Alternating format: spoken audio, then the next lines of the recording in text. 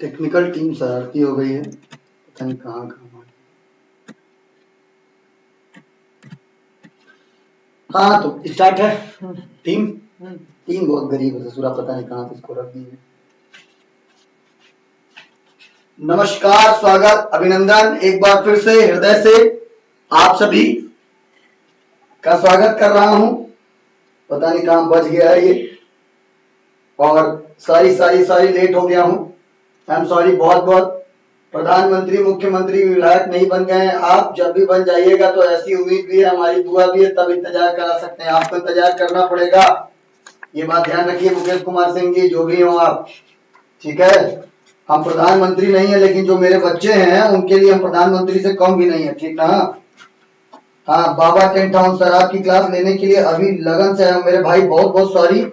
अब खरवास चढ़ गया, अब लगन नहीं, फ्री हूँ, डेली क्लास लूंगा, बहुत बहुत धन्यवाद। लेकिन ये जो नाम लिखे हो बाबा टेंट हाउस, थोड़ा सा बदल लोगे तो मुझे बहुत अच्छा लगेगा, ठीक है ना। सभी का थोड़ा सा कमेंट लेते हुए सबका अभिनंदन कर लेता हूँ। विनय राय बोल रहे हैं गुरु जी प्रणाम।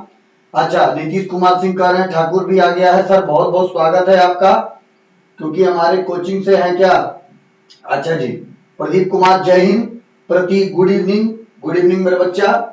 अच्छा, विनय राज जी सर जी। अच्छा, अमन राजभर जय हिंद।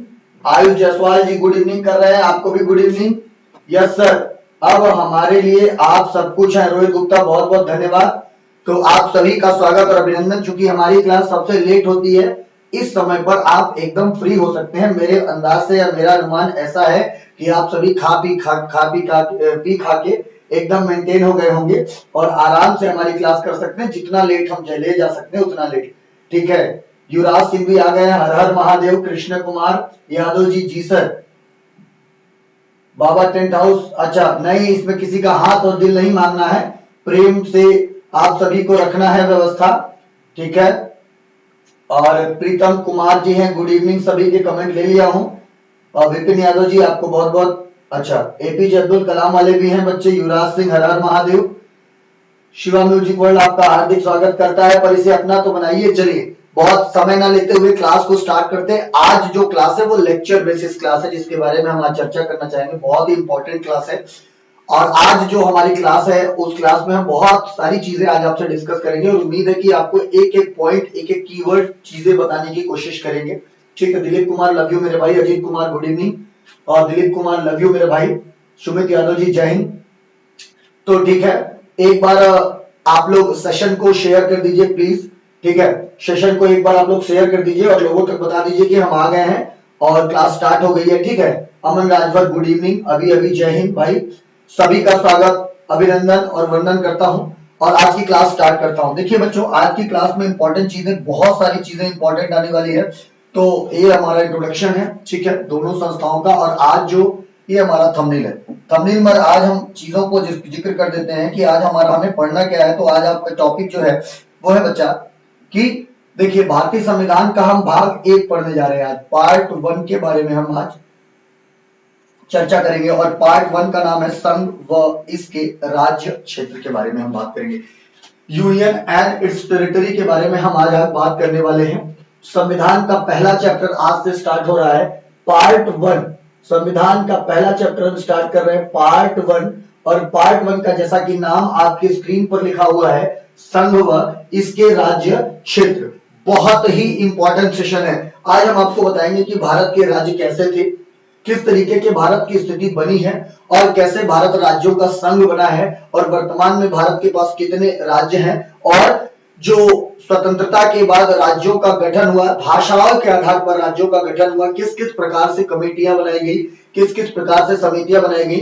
तो थोड़ा सा क्लास लंबी चलने वाली है, तो दिल थाम करके बैठिए। बहुत सारी चीज मैं आज आपको बताने वाला हूं, बहुत सारी चीजें ऐसी है जो आपको पहली बार बताने वाला हूं, पहली बार आपको पता चलेगा। तो उम्मीद करता हूं कि आप सभी सेशन से जुड़े रहेंगे, सेशन से बने रहेंगे, ठीक है।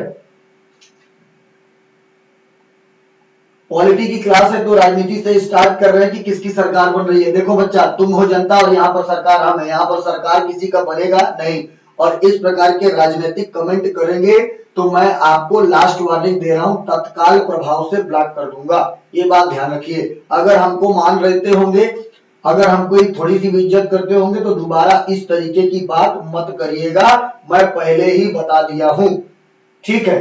अगर पढ़ने के उद्देश्य से आए हैं क्लास में तो पढ़िए, ये वो राजनीति नहीं जो आपका वो राजनीति नहीं जो आपका भविष्य बदल दी है, वो राजनीति की क्लास चलने जा रही है जो आपका भविष्य बदल सकती है, ठीक है। चलिए ध्यान रखिए, तो आज हम स्टार्ट करते हैं। तो संविधान का पहला चैप्टर है और यहां पर मैं आपको इंट्रोडक्शन में बता देता हूं कि ये देखिए, ये है आपके सामने, कह रहा है कि भाग 1 के बारे में पढ़ रहे हैं। जैसा कि आपके स्क्रीन के सामने भारत का फोटो भी लगा हुआ है और ये है भारत जिसे आप संघ के रूप में दर्शाए हुए हैं, ठीक है बच्चा, ठीक है। ये ध्यान रखिए, यहां पर क्या है कि भाग 1 हम पढ़ने जा रहे हैं। तो संविधान का भाग 1 अगर हम बात करें कि किससे रिलेट करता है, संविधान के भाग 1 की बात करें कि हम किससे कोरिलेट करता है, तो मैं आपको बता दूं कि संविधान का जो भाग 1 है, संविधान का जो 01 का भाग है, देखिए भारत के संविधान में कुल भागों की संख्या, तो ध्यान रखिए बाबा टेंट हाउस जी, मैं बिल्कुल आपको ब्लॉक नहीं करना चाहता हूं, लेकिन इस तरीके की राजनीतिक बड़ी चीजें क्लास में नहीं होनी चाहिए, मेरी आपसे अपील है, हाथ जोड़ करके अपील है, ठीक है। संविधान का भाग 1 हम पढ़ने जा रहे हैं और भाग 01, देखिए संविधान के मूल में अगर हम बात करें, बेसिक स्ट्रक्चर की जो मूल है, तो मूल में संविधान के कुल भागों की संख्या है कितनी, 22। लेकिन एट प्रेजेंट की हम बात करेंगे, एट प्रेजेंट की हम बात करेंगे तो कुल भागों की संख्या कितनी है, 25। मूल में संविधान के कुल भाग है 22 और वर्तमान में भागों की संख्या है 25। इन 25 भागों में जो सबसे पहला भाग है, जो पहला भाग हम पढ़ने जा रहे हैं, उस भाग का नाम है संघ व इसके राज्य क्षेत्र, जैसा कि आपके स्क्रीन पर लिखा हुआ है, संघ व इसके राज्य क्षेत्र। क्लियर हो रही है, ठीक है। और इसे अंग्रेजी में बोलते हैं यूनियन एंड इट्स टेरिटरी, क्या बोलते हैं, यूनियन एंड इट्स टेरिटरी। और इसका वर्णन संविधान के अनुच्छेद 1 से लेकर के 4 में किया गया है, ठीक है। तो 2-3 क्वेश्चन तो स्टार्टिंग में यहीं से ही क्लियर हो जाते हैं कि संविधान का भाग 1 पढ़ रहे हैं और भाग 1 में किसका वर्णन किया गया है, तो भाग 1 में संघ व उसके राज्य क्षेत्रों के बारे में वर्णन किया गया है और यह भाग संविधान के अनुच्छेद 1 से लेकर के अनुच्छेद 4 तक में वर्णित किया गया है। आपको मैं ये बता दूं कि जो आप ध्यान देखिए कि भारत राज्यों का संघ क्या है, भारत राज्यों का क्या है, एक संघ है, ठीक है। राज्यों का क्या है बाबू, संघ है, ठीक है।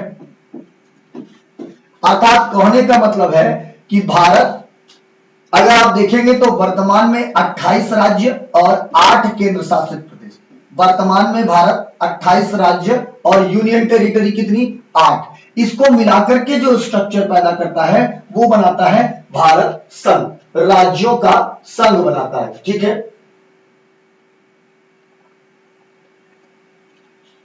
ठीक है, राज्यों का संघ बनाता है। तो कहने का मतलब यह है कि भारत जो है वो क्या है, तो वो राज्यों का क्या है, एक संघ है जो 28 राज्य और 8 केंद्र शासित प्रदेशों से मिलकर के क्या हुआ है, बना हुआ है। और इसके बारे में उल्लेख आपको संविधान के भाग 1 में मिल जाएगा, ठीक है, संविधान के बारे में भाग 1 में मिल जाएगा। और इन सभी राज्यों की सीमाओं के बारे में जानना है, उन राज्यों के विस्तृत क्षेत्रों के बारे में जानना है, तो आप संविधान की अनुसूची 1 पढ़ सकते हैं, शेड्यूल 1 पढ़ सकते हैं और शेड्यूल 1 में संविधान की अनुसूची 1 पढ़ सकते हैं और शेड्यूल 1 में आपको विस्तृत जानकारी राज्यों की सीमाएं और राज्यों की शक्ति क्षेत्रों के बारे में आपको जानकारी मिल जाएगी। क्लियर है, तो अनुसूची 1 पढ़ेंगे तो राज्यों की सीमाएं, कौन सी राज्य की सीमा कितनी है, इन सभी के बारे में वर्णन मिल जाएगा। भारत वर्तमान में राज्यों का संघ है और 28 राज्य और 8 केंद्र शासित प्रदेशों से मिलकर के इसकी रचना हुई है, ठीक है। तो जैसा कि इस भाग 1 में क्या कह रहा है, बता रहा है। अभी देखिए पहले आर्टिकल पर हम आ गए हैं। पहला आर्टिकल कहता क्या है, पहला आर्टिकल क्या कह रहा है, जैसे संविधान का पहला आर्टिकल ही यही बता रहा है, क्या, इंडिया अर्थात भारत राज्यों का एक संघ होगा। यह है संविधान का पहला आर्टिकल, ठीक है। पहला आर्टिकल की चर्चा देखिए, इसी आर्टिकल को आपको समझना है, ठीक है। पहला आर्टिकल बता रहा है कि इंडिया अर्थात भारत राज्यों का एक संघ होगा। अगर हम नाम की चर्चा करें तो भारत के बहुत सारे नाम हैं, जैसे आर्यावर्त है, ठीक है, थोड़ा सा कमेंट देख लेते हैं।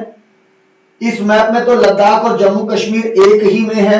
रोशनी पटेल जी, ये भारत का एक नक्शा है जिसमें आपको दिखाया गया, इसमें लद्दाख और जम्मू कश्मीर देखने की जरूरत नहीं है। इसमें मैं भारत के नक्शे को आपको दिखा रहा हूं कि ये संघ का नक्शा कैसा है। अभी राज्यों के और क्षेत्रों के और केंद्र शासित प्रदेशों के बंटवारे की कोई बात नहीं हो रही है, ठीक है। बाकी सभी को गुड इवनिंग। आइए क्लास पर ध्यान देते हैं। मैंने कहा कि आर्टिकल नंबर 01 क्या कहता है। मैंने आपको बताया कि संविधान का जो भाग 1 है, संविधान का जो भाग 1 है, वो भाग 1 में कुल वर्णन 1 से लेकर के 4 आर्टिकल के बीच किया गया है। और आर्टिकल नंबर 1 कह रहा है इंडिया अर्थात भारत राज्यों का क्या होगा, एक संघ होगा। It means India that is Bharat shall be a union of state. कह रहा है India that is Bharat shall be a union of state. देखिए बच्चा, दो नाम है, पहला नाम है इंडिया, नामों को भी चर्चा कर लेते हैं। पहला नाम है इंडिया और दूसरा नाम है भारत।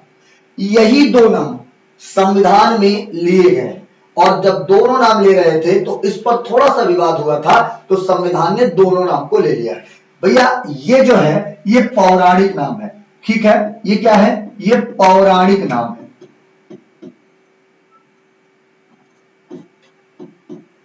अर्थात इसका उल्लेख पुराणों में किया गया और ये जो है विदेशी यात्रियों के वृतांत का नाम है, ठीक है। विदेशों के द्वारा लिए गए और उसमें द्वारा किसके द्वारा, इंडो ग्रीक्स के द्वारा, इंडो ग्रीक्स के द्वारा ये नाम दिया गया है, यूनानियों के द्वारा, ठीक है। किसके द्वारा, यूनानियों के द्वारा। जो अब देखिए भारत का जो पौराणिक नाम है ये वायु पुराण के अनुसार, कौन से पुराण में मिलेगा आपको इसका उल्लेख, तो वायु पुराण के अनुसार। वायु पुराण के अनुसार अगर हम बात करें तो वायु पुराण के अनुसार, ठीक है। इमरान खान कह रहे हैं आवाज फंस रहा है। नहीं, ऐसा कोई बात नहीं है, मैंने अपना खुद का यूट्यूब चला के रखा हुआ है, ऐसी कोई बात नहीं, बहुत आराम से मैं बात कर रहा हूं।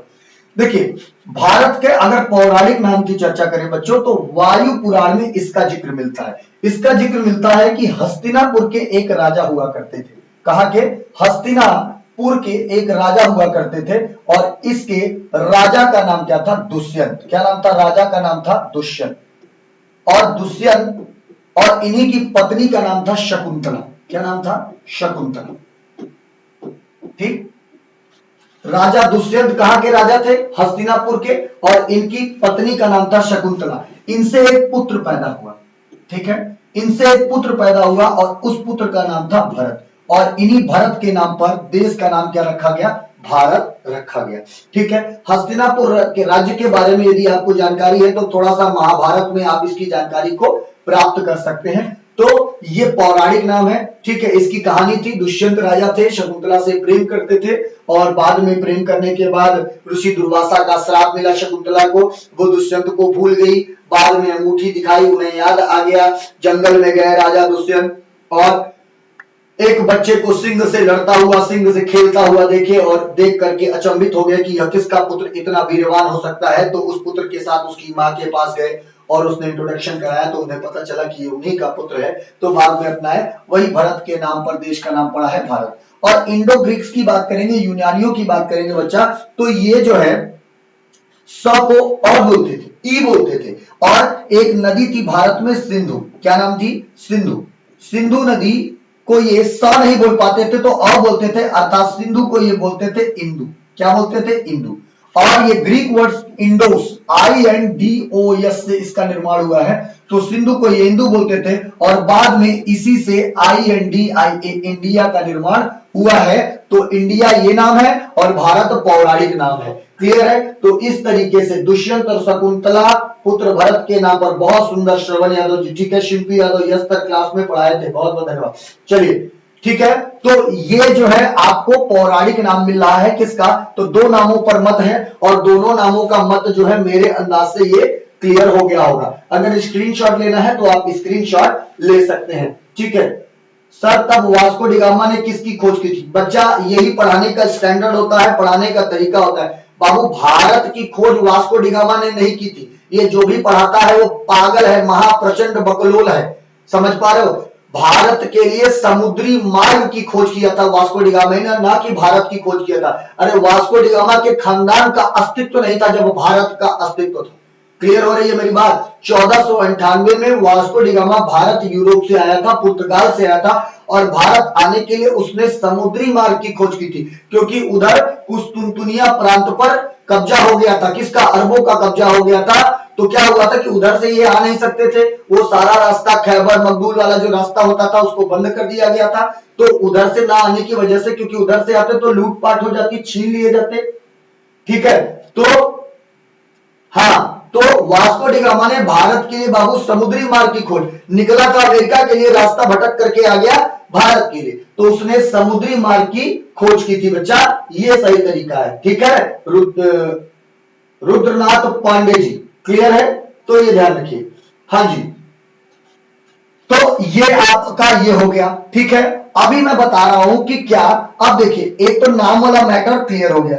अब नाम वाला मैटर क्लियर हो गया तो इसको जरा समझिए। अब नाम वाला अगर मैटर क्लियर हो गया तो इसको जरा सा आपको अब समझना होगा कि इंडिया अर्थात भारत राज्यों का संघ कैसे होगा। क्लियर है?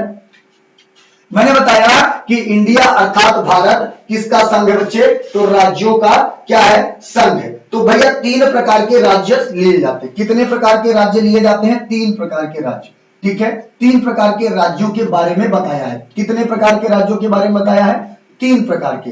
3 प्रकार के राज्यों में जो पहला राज्य बता रहा है, ठीक है, वो कैसे बता रहा है? तो वो राज्यों के, पहला राज्य है वो राज्यों के राज्य क्षेत्र के बारे में बता रहा है, ठीक है।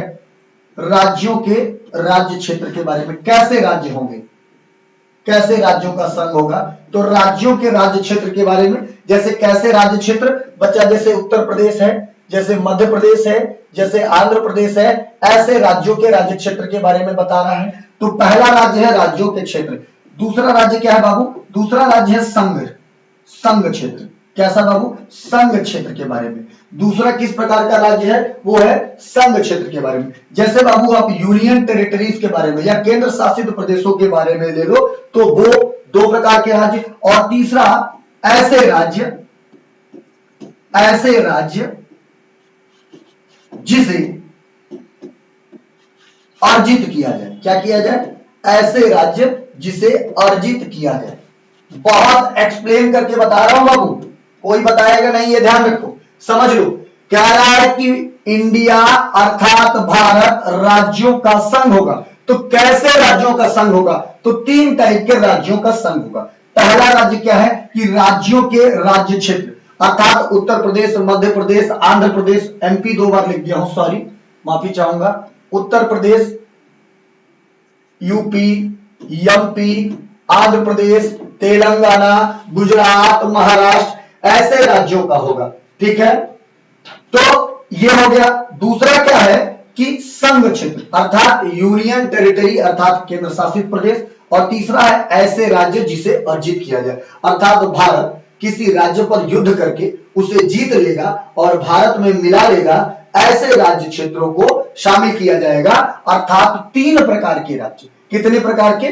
3 प्रकार के राज्यों को मिला करके इस तरीके का एक संघ बनाया जाएगा। क्लियर है मेरी बात? ठीक है। अच्छा, भारत को राज्यों का संघ क्यों कहा गया, यह भी इंपॉर्टेंट है, ठीक है। यहां पर देखिए, भारत को राज्यों का संघ क्यों कहा गया, ठीक है। 1 सेकंड बता देता हूं आपको।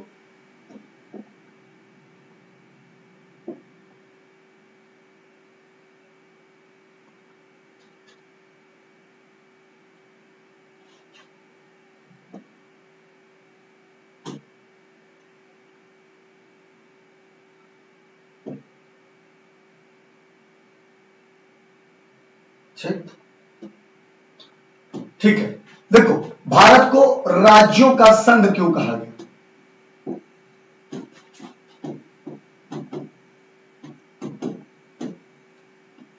भारत को राज्यों का संघ क्यों कहा गया?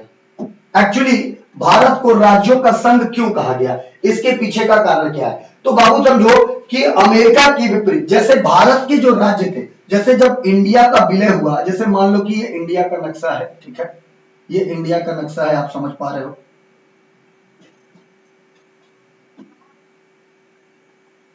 ठीक है। तो इंडिया का ये नक्शा एग्जांपल के तौर पर समझ लो। तो कह रहा है कि इसमें जो 2 प्रकार के राज्य थे, कैसे प्रकार के राज्य थे? 2 प्रकार के। एक तो थे ब्रिटिश प्रांत, क्या थी? एक राज्य था क्या, ब्रिटिश प्रांत, ठीक है, एक राज्य था ब्रिटिश प्रांत और दूसरी राज्य थी देसी रियासतें, ठीक है, दूसरा क्या था, देसी रियासतें, ठीक है। यही दोनों को मिलाकर के भारत को संघ बनाया गया। क्या मिलाया गया, इन्हीं दोनों को मिलाकर के भारत को क्या बनाया गया, एक संघ को बनाया गया, संघ बनाया गया। अच्छा, बैकग्राउंड का इशू आ रहा है, एक सेकंड बैकग्राउंड में क्लियर कर देता हूं, ठीक है। क्या रहा है, ध्यान रखो, अब इन्हीं को मिलाकर के क्या बनाया गया, भारत को संघ बनाया गया। किसको संघ बनाया गया, किस तरीके से, दो तरीके से, एक तो ब्रिटिश प्रांत को, ठीक है, एक ब्रिटिश प्रांत को और दूसरा देसी रियासतों को।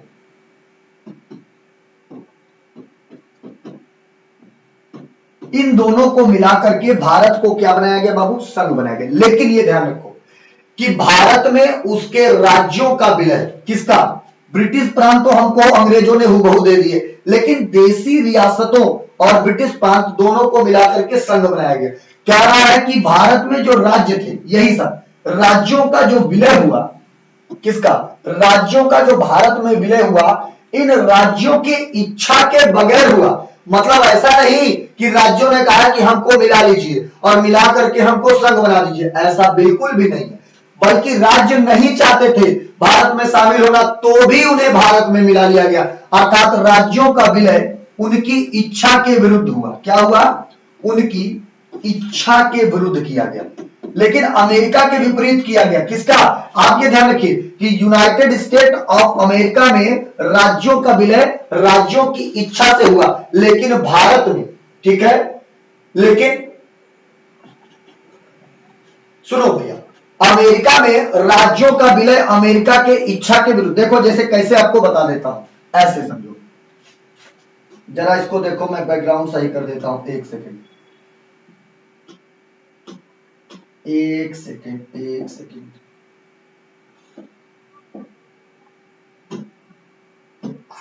ठीक, ये देखो, चलो देखो क्या हुआ कि यूनाइटेड स्टेट ऑफ अमेरिका भी ब्रिटेन का गुलाम था, ठीक है, किसका गुलाम था, ब्रिटेन का गुलाम था। उस समय ब्रिटेन में अमेरिका में कुल 13 राज्य हुआ करते थे। कितने राज्य हुआ करते थे, 13 राज्य।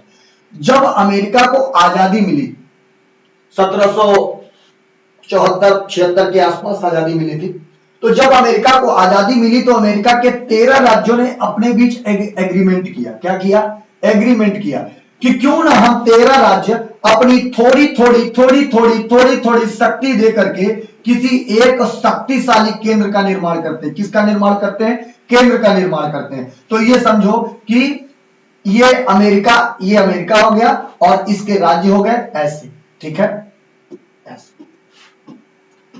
और इन्होंने एक मजबूत केंद्र का निर्माण किया और उस केंद्र को कुछ शक्तियां दी, और केंद्र को जब शक्तियां दी तो ये राज्यों ने मिलकर के निर्माण किया। किसका, यूनाइटेड स्टेट ऑफ अमेरिका। इसीलिए कहा जाता है यूनाइटेड मतलब एक, स्टेट मतलब राज्यों का। कई राज्यों का एक संगठन बनाता है क्या, अमेरिका बनाता है। तो यहां पर राज्यों ने निर्माण किया, किसका, अमेरिका का। अर्थात यहां पर राज्य ज्यादा पावरफुल है और केंद्र कमजोर होगा। अमेरिका में राज्य ज्यादा पावरफुल होगा, केंद्र कमजोर होगा, और राज्यों ने केंद्र को शक्तियां दी हैं। इसीलिए अमेरिका और इन अमेरिका का केंद्र कभी राज्य को समाप्त नहीं कर सकता। और बाद में अमेरिका ने संशोधन भी कर लिया है, तो अमेरिका का राज्य भी न केंद्र को समाप्त कर सकता है, न केंद्र किसको समाप्त कर सकता है, राज्यों को। तो अविनाशी राज्यों का अविनाशी संघ है अमेरिका, अविनाशी राज्यों का अविनाशी संघ है, ठीक है। लेकिन भारत की बात करो, अविनाशी राज्यों का मतलब ना ही राज्य केंद्र का निर्माण खत्म कर सकते हैं और ना ही केंद्र राज्य को खत्म कर सकते हैं। लेकिन इंडिया की बात करो, लेकिन अगर भारत की बात करें, इंडिया की बात करें, तो इंडिया की अगर बात करेंगे,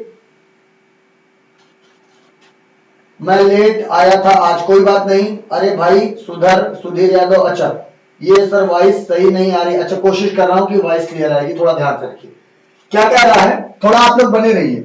देखिए ये बहुत पेचीदा चीज है, बहुत लोग भाग जाएंगे, लेकिन मैं आपको बता रहा हूं कि ये चीज आपको कहीं पर मिलेगी नहीं। तो क्या है, अभी देखिए मैं आपको आर्टिकल नंबर 1 पढ़ा रहा हूं, आर्टिकल 1 का एक्सप्लेनेशन दे रहा हूं बच्चा, ये ध्यान रखिए। लेकिन भारत में क्या हुआ कि भारत में उसके राज्यों का विलय, भारत में उसके राज्यों का विलय उनकी इच्छा के विरुद्ध हुआ, राज्य की इच्छा के विरुद्ध हो गया, इसीलिए राज्य को कमजोर कर दिया गया। तो भारत में राज्य जो है वो और केंद्र जो है, तो भारत में राज्य जो है वो कमजोर है और केंद्र जो है वो क्या है, शक्तिशाली है। क्या है, केंद्र जो है शक्तिशाली है, किसकी अपेक्षा, राज्यों की अपेक्षा। ठीक है, तो इसीलिए भारत को क्या कहा जाता है, तो भारत को कहा जाता है विनाशी राज्यों का अविनाशी संघ। क्या कहा जाता है, भारत को कहा जाता है विनाशी राज्यों का अविनाशी संघ। बार बार परीक्षा में पूछता है विनाशी राज्यों का अविनाशी संघ, अर्थात संघ जो है वो केंद्र जो है वो राज्यों का विनाश कर सकता है, लेकिन राज्य केंद्र का विनाश, संघ का विनाश नहीं कर सकते। ठीक है, सुधीर यादव कह रहे हैं आवाज सही नहीं आ रही है। अच्छा चलिए एक सेकंड,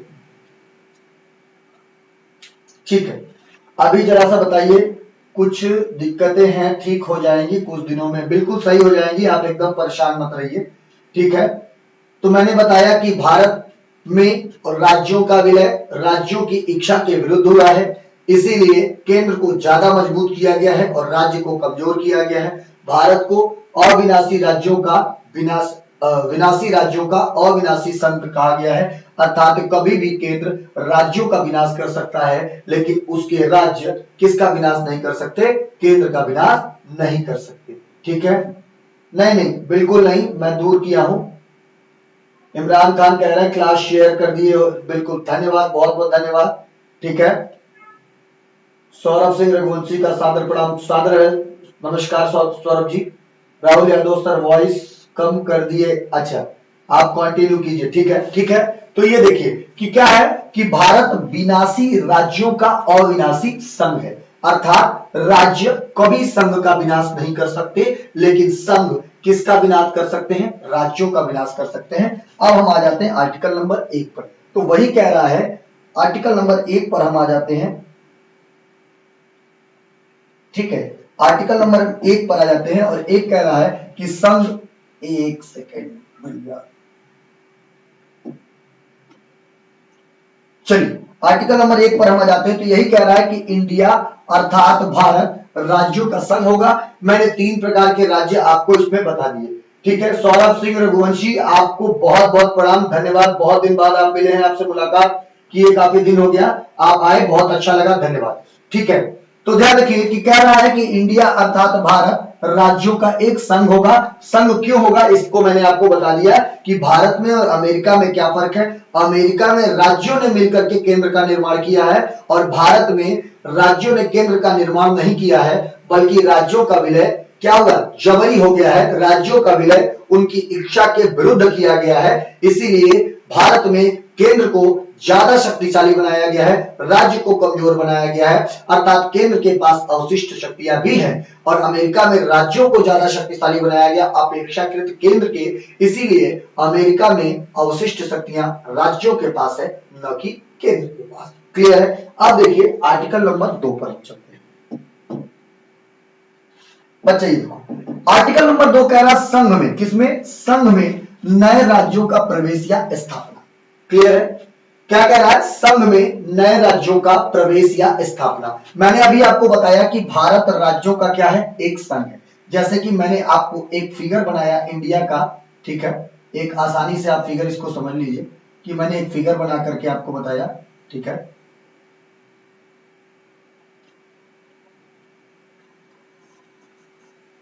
एक एग्जांपल के तौर पर। ठीक है,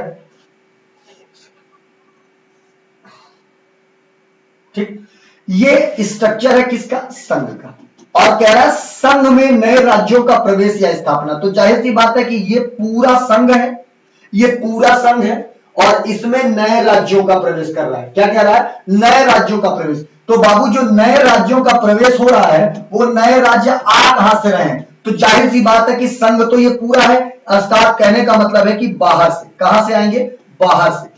संघ में नए राज्यों का प्रवेश होगा तो कहां से होगा, बाहर से ही हो पाएगा। बाहर से होने के आधार क्या है, या तो भारत किसी देश या किसी क्षेत्र के साथ युद्ध कर ले। क्लियर है, मान लो कि यहां पर श्रीलंका है और श्रीलंका को भारत युद्ध करके श्रीलंका को जीत लेगा, ठीक है, श्रीलंका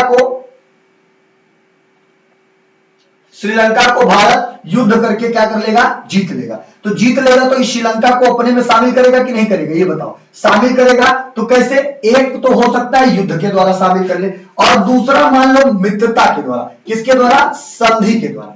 किसके द्वारा, संधि के द्वारा। संधि के द्वारा का मतलब श्रीलंका मान लो भारत से खुदे कह दे कि मैं आप में शामिल होना चाहता हूं। किसमें, आप में शामिल होना चाहता हूं। तो भारत यदि श्रीलंका को शामिल करेगा तो प्यार से कर रहा है, अर्थात क्या करके शामिल करेगा, संधि करके शामिल करेगा।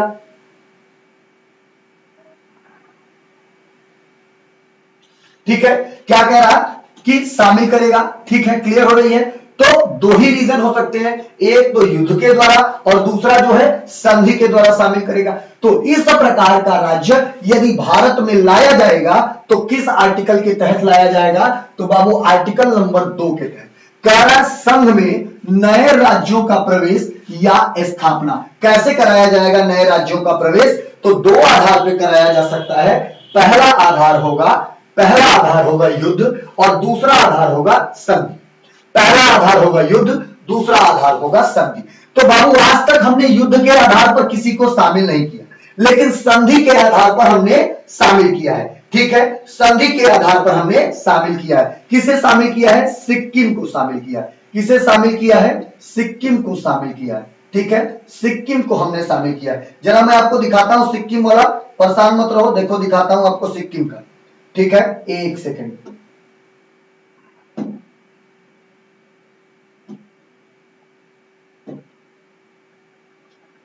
मैं आपको सिक्किम का दिखाता हूं, ठीक है, जरा सा एक सेकंड रुक जाओ, एक सेकंड। हमारे पास जो ये तरीका है ना, ये सिस्टम, वो है ये देखो, ठीक है, इसको हम बड़ा कर देते हैं, ठीक है, ये देखो, देख पा रहा है आपको, ये भारत का नक्शा है, ठीक है, ये भारत का नक्शा है, क्लियर है। तो बाबू क्या है कि मैंने शामिल किया है, आर्टिकल नंबर 2 की बात कर रहे हैं बाबू। ये देखो कि ये जो है, ये भारत का नक्शा आपको दिखाई दे रहा होगा, ठीक है, क्या भारत का नक्शा आपको दिखाई दे रहा होगा, ठीक है। अब हम इसको यहां पर ले लेते हैं, कौन सा कलर ले लेते हैं, गुलाबी ले लेंगे तो ज्यादा। ये देखो भारत का नक्शा, यहां से आप चल रहे हो, ये देखो ये वाला जो क्षेत्र मैं उठा रहा हूं यही है सिक्किम, क्लियर हो रही बात। जो मैं ये क्षेत्र उठा रहा हूं यही क्षेत्र है सिक्किम, जो पहले भारत का अंग नहीं था। ये जो सिक्किम जो मैं गोला बना रहा हूं पिंक कलर से, यही है सिक्किम, और ये भारत का क्षेत्र नहीं था। सिक्किम को कौन से आर्टिकल, सबसे बड़ा एग्जांपल है आर्टिकल नंबर 2 का, क्लियर है, सिक्किम आर्टिकल नंबर 2 का सबसे बड़ा एग्जांपल है। और सिक्किम को बच्चों हम लोगों ने शामिल किया कब, 1975 में, 1975 में संविधान में एक संशोधन किया गया, 36वां संविधान संशोधन। कौन सा, 36वां संविधान संशोधन किया गया, क्लियर है, 36वां संविधान संशोधन हमने शामिल किया और सिक्किम को हमने शामिल कर लिया। क्लियर हो रही है मेरी बात, ठीक है, बिल्कुल रोशन पटेल जी, सभी के उत्तर भी आ रहे हैं, बिल्कुल। सिक्किम को हमने कब शामिल किया, तो 1975 में शामिल किया। कौन से आर्टिकल के तहत, 2 के तहत। यहां पर चोंगयांग वंश का शासन था, कहां पर, चोंगयांग वंश। कौन सा वंश, चोंगयांग वंश का शासन था, कहां पर, सिक्किम में चोंगयांग वंश का शासन। यही है क्षेत्र, यही है सिक्किम, ध्यान रखिएगा, यही है सिक्किम। इसका पड़ोसी देश है भूटान और इधर है नेपाल, ठीक है, इधर इसका पड़ोसी देश है नेपाल और इधर इसका पड़ोसी देश है भूटान, ठीक है, और बाकी ऊपर चीन भी लगा हुआ है। तो आर्टिकल नंबर 2 का जो सबसे अच्छा एग्जांपल आप दे सकते हैं, वो सबसे अच्छा एग्जांपल दे सकते हैं सिक्किम को, और सिक्किम को शामिल किया गया कौन से संविधान संशोधन, तो 36वां संविधान संशोधन 1975 के द्वारा सिक्किम को शामिल किया गया। तो मैंने बताया कि किसी भी संघ में किसी भी राज्य को शामिल करने के लिए 2 आधार होंगे। पहला जो आधार होगा वो होगा युद्ध, और जो दूसरा आधार होगा वो आधार होगा क्या, संधि। तो संधि के द्वारा हमने सिक्किम को शामिल किया। इस तरीके का एग्जांपल आप आर्टिकल नंबर 2 से बड़े आसानी से समझ सकते हैं। क्लियर है, कोई दिक्कत नहीं। बहुत बहुत धन्यवाद मनोज यादव जी, बहुत बहुत शुक्रिया। सेशन को आप सभी लोग शेयर जरूर करते रहें, ठीक है। आइए अब हम आगे चलते हैं।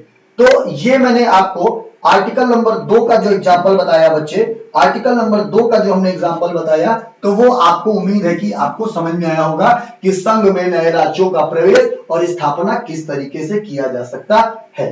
क्लियर है, ठीक है। अब आगे बढ़ते हैं आर्टिकल नंबर 3। आर्टिकल नंबर 3 देखो क्या कह रहा है, ठीक है। आर्टिकल नंबर 3 कह रहा है नए राज्यों का गठन तथा उनके नाम, सभी पॉइंट को देखिएगा, उनके नाम, उनके क्षेत्र और सीमा में परिवर्तन। क्लियर है, कह रहा है नए राज्यों का गठन तथा उनके नाम, क्षेत्र, सीमा में परिवर्तन करने का अधिकार, ठीक है। साइंस का पिटारा कह रहे हैं वॉइस प्रॉब्लम, बिल्कुल कोई दिक्कत नहीं, थोड़ा बहुत वॉइस प्रॉब्लम है, मैं समझ पा रहा हूं कि थोड़ी बहुत खरखराहट या इचिस प्रॉब्लम होगी, ठीक है। एस आर के ब्रांडी जी पूछ रहे हैं कि सर वीटो कौन से आर्टिकल में है, प्लीज बता दीजिए। बेटा देखो बताने की प्रॉब्लम नहीं, बता को मैं दूंगा। आर्टिकल नंबर 111 अर्थात 111 में वीटो शक्तियां हैं उसमें है, लेकिन बेटा टॉपिक जो चल रहा है वो आर्टिकल नंबर 1, 2, 3, 4 रिलेटेड चल रहा है। तो उम्मीद करता हूं कि आप इससे रिलेटेड अगर प्रश्न पूछेंगे तो अच्छा रहेगा, ठीक है, ठीक है। तो बिल्कुल 35 में यूपीएससी जी कह रहे हैं 35, तो 35वां संविधान संशोधन 1974 में हुआ था, तो उसको सह राज्य का दर्जा दिया गया सिक्किम को, लेकिन पूर्ण राज्य का दर्जा दिया गया 36वां संविधान संशोधन 1975। और बाबू सिक्किम भारत का 22वां राज्य बना है। अभी राज्यों का पुनर्गठन बताऊंगा तो मैं एक्सप्लेन कर दूंगा कि सिक्किम ऑफ द 22वें नंबर का राज्य जो है वो भारत का राज्य बना है, ठीक है। बिल्कुल रोशनी पटेल जी बहुत बहुत बिल्कुल सही है, बिल्कुल सही है। चलिए क्या बात है, उम्मीद है कि इस सेशन से जो भी बच्चे हमारे जुड़े हैं वो पढ़ने वाले जुड़े हैं। मुझे 500 लाइव नहीं चाहिए, मुझे 5000 लाइव नहीं चाहिए, मुझे 100 ही लाइव चाहिए, लेकिन मैं आपको बता रहा हूं कि 100 लाइव में ऐसे बच्चे होने चाहिए जो पढ़ने वाले, क्योंकि देखो मेरा थोड़ा सा सिस्टम पढ़ाने का अलग है। मैं चाहता हूं कि मुझसे बच्चे जबरदस्त पूछें, मुझे उसका कोई इश्यू नहीं है, लेकिन बच्चे जो हो पढ़ने वाले। और उम्मीद मुझे कितना अच्छा लग रहा है कि सारे के सारे लड़के, देखो साइंस का पित्रा थोड़ा सा है, मैं बोल लिया हूं 25 बार बोल दिया हूं। देखो रोशनी पटेल भी उत्तर है, डिंडा भाई है, मनोज यादव है, ठीक है, खुशी उमर जी है। तो आप सभी से इतनी ज्यादा खुशी है, विश्वास करो मुझे 52-50 लाइव है अभी, मुझे खुशी है। मुझे 5000 लाइव की जरूरत नहीं है, फर्जी फकाड़ा वाला चीज नहीं। आप पढ़ोगे अपना कैरियर बनाओगे, इसके लिए मैं आपको बता देता हूं कि समय किसी का मोहताज नहीं होता। एक बात ध्यान रखो बच्चा, ठीक है ना। जीवन की यही सच्चाई है कि अगर आप अपने लिए नहीं चेतोगे बाबू तो आपके लिए कोई चेतने नहीं आएगा। आदमी सलाह बहुत देता है, लेकिन सलाह पर इंप्लीमेंटेशन केवल और केवल आप ही कर सकते हैं। समझ में आ रहा है कि नहीं, ठीक है, ठीक है। मैं आपके लिए मैं एक छोटा सा शेर भी बोल सकता हूं कि मैं ना समझ ही सही पर वो तारा हूं, मैं ना समझ ही सही पर वो तारा हूं जो तेरी एक ख्वाहिश के लिए 100 बार टूट जाऊं। मैं अपनी पर्सनली बात कर रहा हूं कि आपके सिलेक्शन के लिए मैं 100 बार टूटने के लिए तैयार हूं बच्चा।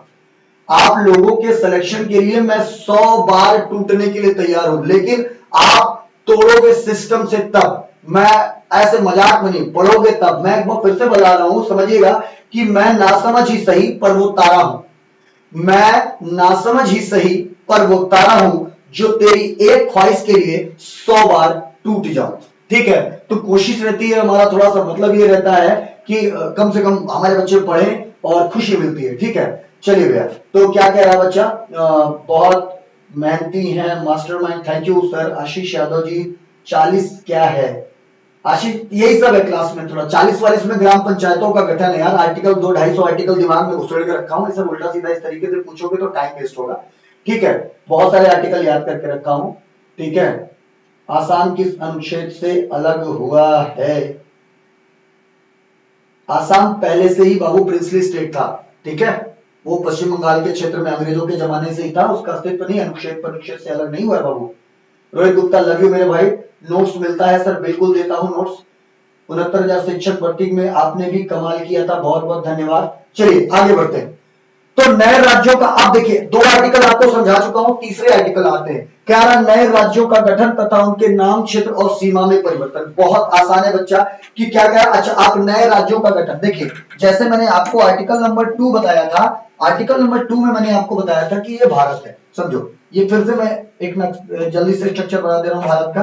ठीक है, जैसे मैंने आपको बताया था कि ये भारत है, ठीक है, ये ध्यान रखिएगा। ये एग्जाम्पल के तौर पर ये मैंने आपको भारत बताया था। मैंने आर्टिकल नंबर 2 में बताया कि संघ में नए राज्यों का प्रवेश, अर्थात तो बाहर से आ रहा है, लेकिन क्या इसके आगे कोई संघ जैसी शब्द लगा है? नहीं लगा है, अर्थात नए राज्यों का गठन कहां पे होगा? अंदर होगा। कहां पर होगा? अंदर होगा। कैसे नए राज्यों का गठन होगा ये बताओ। कि क्या कर सकते हैं, मान लो कि कोई बड़ा राज्य है, इसी के अंदर समझो, ज्यादा अच्छा रहेगा। कैसे? मान लो कि कोई बड़ा राज्य है, ठीक है, मान लो कि कोई बड़ा राज्य है, अगर इस बड़े राज्य को हम दो भागों में तोड़ दें तो एक नया राज्य बना सकते हैं। पहले ये रहेगा, अब ये बनेगा, ठीक है। कोई बड़ा राज्य है उसको तोड़ सकते हैं, ठीक है, या कोई एक राज्य क्षेत्र है उस राज्य क्षेत्र को बढ़ा सकते हैं। क्या कह रहा है? क्षेत्र, देखो इसमें लिखा है क्षेत्र। या अगर कोई दो राज्यों को तोड़ करके एक नया राज्य बनाएंगे तो इस नए राज्य का नाम भी तो देंगे, तो देखो नाम बदल रहा है। किसी राज्य के क्षेत्र की सीमा को बढ़ाएंगे तो क्षेत्र भी बदल रहा है और सीमा में भी परिवर्तन हो रहा है। तो इस तरीके का यदि कोई काम होगा तो वो आर्टिकल नंबर 3 के तहत होगा। कैसे होगा? आर्टिकल नंबर 3 के तहत। एग्जाम्पल देखो, आर्टिकल नंबर 3 के तहत ऐसा होगा, जैसे एग्जाम्पल देख लो मेरे बच्चे, जैसे उत्तर प्रदेश को तोड़ करके बना दिया गया उत्तराखंड। कौन से आर्टिकल के तहत? 3 के तहत।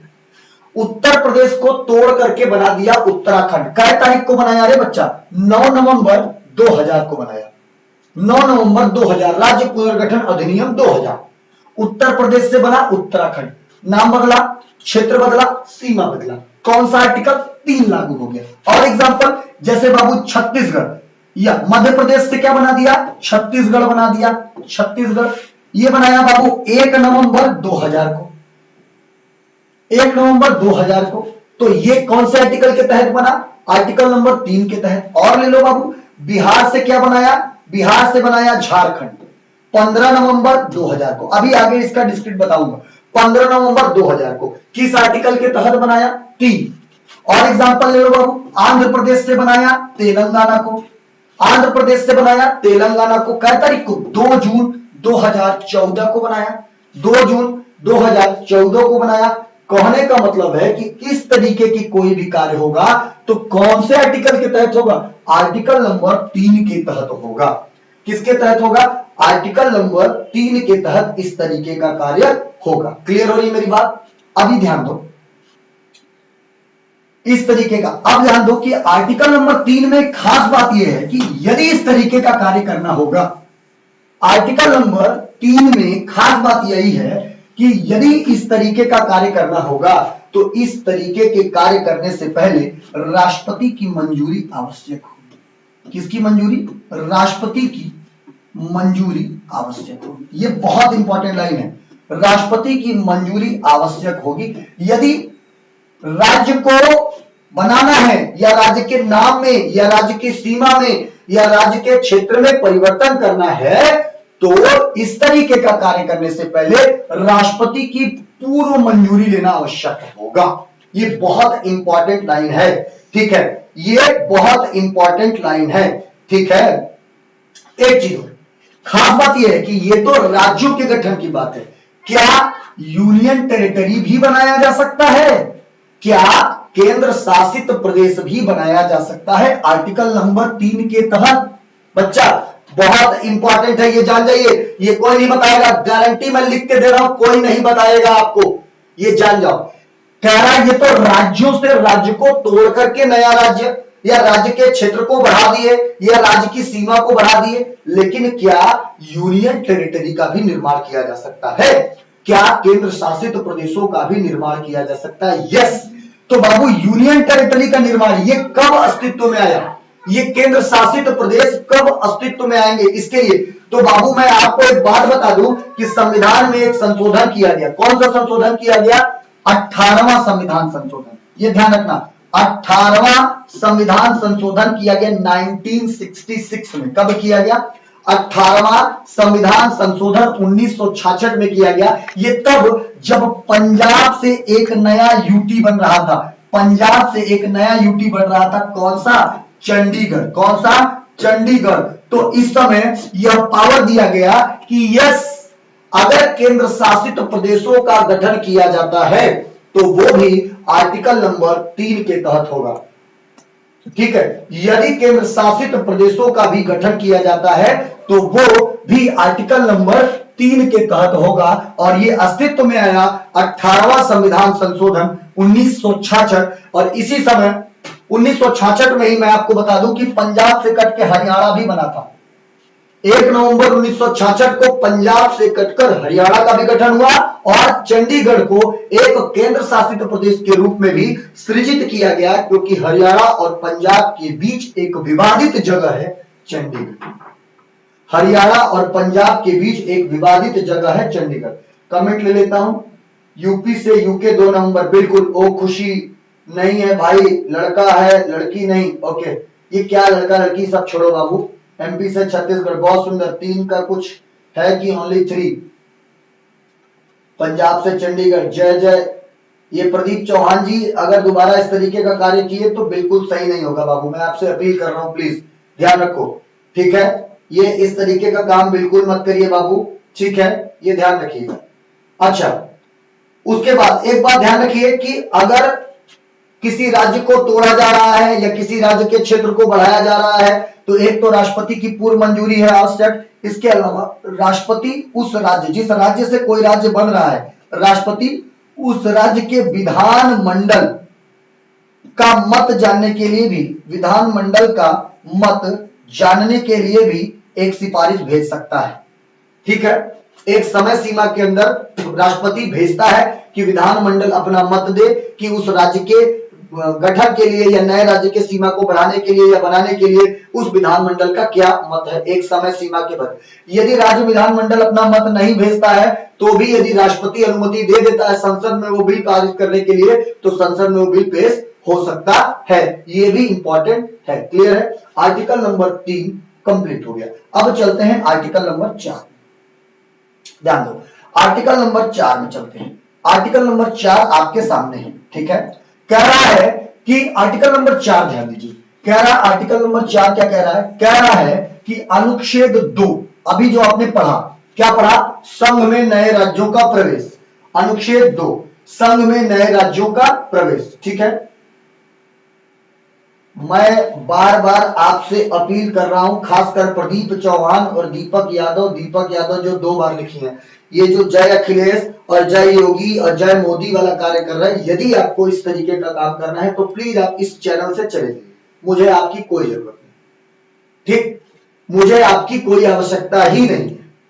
यदि आपको इसी प्रकार का कार्य करना है तो आप जाकर के राजनीति में संलिप्त हो जाइए। इस प्रकार के चैनल पर प्रवेश या प्रचार करने से कोई मतलब नहीं होगा। मैं इनका कोई प्रचार नहीं करने आता हूं। मेरे पास योगी आदित्यनाथ खड़े भी हो जाएंगे तो मैं उनको नहीं खड़ा कराऊंगा, क्योंकि मेरे लिए आप बच्चों का सिलेक्शन बहुत ज्यादा इंपॉर्टेंट है, ठीक है। मुझे कोई जरूरत नहीं, खास करके मुझे एक बात ध्यान रखिए, मैं आप लोगों से विनती कर रहा हूं, ये मेरी बात आप ध्यान से सुन लीजिए, ठीक है। हाँ भाई, आर्टिकल नंबर 4 कह रहा है अनुच्छेद 2 तथा अनुच्छेद 3 के तहत किया गया कार्य संविधान संशोधन नहीं माना जाएगा। भाई कह रहा है कि संविधान संशोधन होता है कौन से आर्टिकल के तहत, संविधान संशोधन किया जाता है आर्टिकल नंबर 368 के तहत, ठीक है। दक्षिण अफ्रीका से संविधान में ये प्रावधान हमने लिया है, ठीक है। दक्षिण अफ्रीका से हमने ये संविधान ये लिया है, संशोधन की प्रक्रिया। कह रहा है कि अभी जो संविधान, अच्छा ये बताओ कि भारत का संविधान पहले से निर्मित है। यदि भारत के संविधान में किसी भी प्रकार का नया कार्य किया जाता है तो वो नया कार्य या किसी भी चीज को शामिल किया जाता है या घटाया या बढ़ाया जाता है तो वो संविधान संशोधन के द्वारा ही किया जाता है, क्लियर है। लेकिन कह रहा है कि अनुच्छेद 2 के तहत जो भी नया काम हो रहा है, नए राज्य को मिला रहे हैं या अनुच्छेद 3 के तहत किसी नए राज्य का नाम, क्षेत्र, सीमा में परिवर्तन कर रहे हैं, तो ऐसे कार्य को हम किसके द्वारा करेंगे, साधारण विधेयक से पारित कर देंगे, हम साधारण बहुमत से पारित कर देंगे। अर्थात साधारण बिल, राज्य पुनर्गठन अधिनियम बिल को पारित करके हम ये कार्य कर सकते हैं। हमें उसके लिए संविधान संशोधन या आर्टिकल नंबर 368 के तहत भारत के संविधान में संशोधन की कोई आवश्यकता नहीं होगी। ये कह रहा है आर्टिकल नंबर 4। कह रहा है कि अनुच्छेद 2 तथा अनुच्छेद 3 के तहत किया गया कार्य संविधान संशोधन नहीं माना जाएगा, संविधान संशोधन नहीं माना जाएगा। क्लियर है बच्चे, तो एक बात ये ध्यान रखिए। इसके अलावा ये ध्यान रखो कि हाँ जी बिल्कुल, चलिए बहुत बहुत धन्यवाद। ठीक है प्रदीप चौहान जी, बहुत अच्छी बात है। ठीक है, चलिए बहुत सुंदर, वेरी गुड। चलिए भैया, तो संविधान संशोधन नहीं बनेगा। तो ये आपके 4 आर्टिकल यहां पर हमने क्या कर दिए, कंप्लीट कर दिए। यहां पर हमने आपके 4 आर्टिकलों को क्या कर दिया, कंप्लीट कर दिया। अब ध्यान रखिए, ठीक है, 4 आर्टिकलों को हमने क्या कर दिया, कंप्लीट कर दिया। ठीक है, 4 आर्टिकलों को हमने क्या कर दिया, कंप्लीट कर दिया। ठीक है, अब आइए आगे बताता हूं। बाबू ये समझो कि आर्टिकल नंबर 3 से related, article number 3, article number 4, 1, 2, 3, 4 पूरा मैंने आपको समझा दिया। उम्मीद है कि आपको पूरी तरीके से समझ में आ गया होगा। ठीक है, क्लियर है। तो ये ध्यान रखो कि क्या कह रहा है कि एक वाद है बेरुवाड़ी वाद। कौन सा वाद है, बेरुवाड़ी वाद। बेरुवाड़ी पश्चिम बंगाल का एक हिस्सा था, वेस्ट बंगाल का एक हिस्सा था। ठीक है, आपको पता है कि पाकिस्तान जब निर्मित हुआ तो 2 जगह से पाकिस्तान निर्मित हुआ। एक तरफ पूर्वी पाकिस्तान जो बांग्लादेश है वर्तमान में, और एक समय पश्चिमी पाकिस्तान जो वर्तमान में पाकिस्तान के अस्तित्व में है। भारत पाकिस्तान अर्थात बांग्लादेश से, पूर्वी पाकिस्तान की बात कर, उससे भूमि का सेटलमेंट करना चाहता था। उसके कुछ क्षेत्र को अपने तरफ मिला करके और उसके कुछ क्षेत्र को इधर से उधर दे करके भूमि का क्या करना चाहता था, सेटलमेंट। इसी वजह से बेरुवाड़ी एक जमीन थी, 9 वर्ग मील का एक क्षेत्र था। ठीक है, 9 वर्ग मील का एक क्षेत्र था और यहां की पॉपुलेशन थी 12,000। ठीक है, यहां की जनसंख्या कितनी थी, 12,000। तो भारत चाहता था कि क्षेत्र का क्या कर ले, आपस में बंटवारा। इसी वजह से वो चाहता था कि बेरुवाड़ी को जो है उसको सौंप दिया जाए और उससे कुछ क्षेत्रों का आदान प्रदान कर लिया जाए। तो यह मामला राष्ट्रपति के पास पहुंचा और राष्ट्रपति ने अपनी शक्ति आर्टिकल नंबर 143 का उपयोग किया। और जानते हो 143 में क्या लिखा है, आवश्यकता पड़ने पर राष्ट्रपति सुप्रीम कोर्ट से सलाह लेता है। आवश्यकता पड़ने पर राष्ट्रपति सुप्रीम कोर्ट से पूछता है, परामर्श लेता है। तो आर्टिकल नंबर 143 के द्वारा राष्ट्रपति ने सुप्रीम कोर्ट से पूछा कि क्या भारत के संविधान में किसी राज्य क्षेत्र को किसी को देने की भी शक्ति है, क्या कोई राज्य क्षेत्र को दिया जा सकता है। यही बात है बेरुवाड़ी बात। ठीक है, तो बेरुवाड़ी को जो है क्या कोई सौंपने के लिए क्या कोई संवैधानिक कार्रवाई आवश्यक है, या संविधान में संशोधन किया जाना आवश्यक है, या कोई दोनों प्रक्रियाएं हैं। ठीक है, तो इसमें जो है तो यह भारतीय अनुच्छेद 300, तो सुप्रीम कोर्ट ने बताया कि हाँ ऐसा कोई नहीं है, लेकिन मैं आपको बता दूं कि आर्टिकल नंबर, संसद चाहे तो आर्टिकल नंबर 368 के तहत बेरुवाड़ी को संशोधन करके उसे सौंप सकती है, या संसद साधारण विधेयक से, साधारण नियम से इसे संसद से पारित करा करके उसे सौंप सकती है, या जो है पाकिस्तान को सौंप सकती है संशोधन करने के बाद। किस अनुच्छेद के तहत, तो अनुच्छेद 3 के तहत। तो अनुच्छेद 3 भी इसी से संबंधित है, अर्थात अनुच्छेद 3 से बेरुवाड़ी बात संबंधित है। इसके बाद आपको मैं बताता हूं कि भारत में राज्यों का गठन, अगला चैप्टर है भारत में राज्यों का गठन। बच्चा भारत में राज्यों का गठन कैसे हुआ। ठीक है, बहुत खुशी है कि 51 लोग 52 लोग अभी हमसे जुड़े हुए, इतनी रात हो रही है, इतनी खुशी की बात है, मैं आपसे बता नहीं सकता। ठीक है, चलिए भाई बहुत बहुत धन्यवाद हमसे जुड़े रहने के लिए। भारत में हम पढ़ा रहे हैं क्या, राज्यों का गठन। तो भारत में राज्यों का गठन कैसे हुआ, तो आपको बता दे रहा हूं कि भारत में राज्यों का गठन कैसे हुआ। तो भारत में राज्यों का गठन भाषा होना चाहिए या प्रशासनिक होना चाहिए। इस बात पर बहुत सारा विवाद हुआ, इस बात पर बहुत सारा विवाद चला।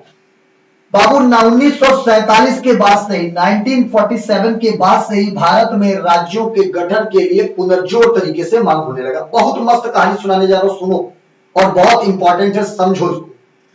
भारत में 1947 के स्वतंत्रता के बाद ही भारत में राज्यों के गठन के लिए पुनर्जोर रूप से मांग हो गई। और जनता क्या कहती थी, जनता कहती थी कि भारत में राज्यों के गठन का आधार क्या होना चाहिए? भाषा होना चाहिए। क्या होना चाहिए? भाषा। भैया इसके लिए सरकार के सामने प्रदर्शन चालू होने लगे, लेकिन बहुत समय में चाह हो रही थी कि भारत में राज्यों का गठन का आधार क्या होना चाहिए? प्रशासनिक होना चाहिए। भाषा के आधार पर राज्यों का गठन करना भारत की एकता, अखंडता और संप्रभुता के लिए खतरा हो सकता है, या अल्पसंख्यकों के अस्तित्व को भी खतरा हो सकता है। तो इसके लिए सर्वप्रथम एक कमेटी बनाएगी। क्या बनाएगी? ठीक है, तो आपका ये जो हेडिंग चलेगा वो चलेगा भाषा के आधार पर राज्यों का पुनर्गठन।